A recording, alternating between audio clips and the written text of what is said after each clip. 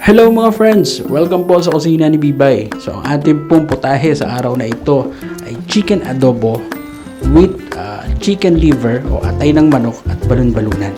Napakasarap po nito. Tara na!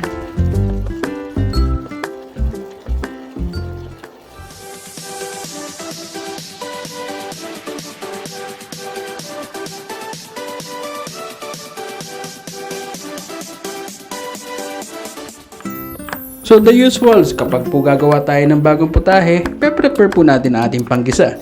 For the complete ingredients, check lang po natin ating description box.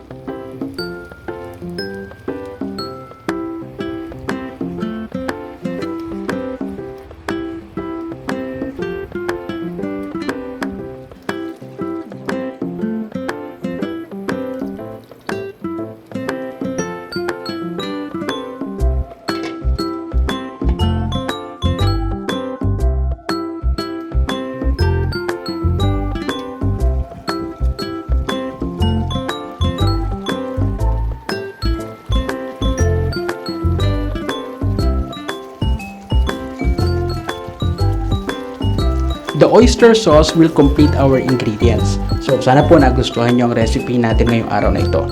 Kami ang kusina ni Bibay. Don't forget to like, subscribe, and share. And as always, enjoy cooking. See you on our next video.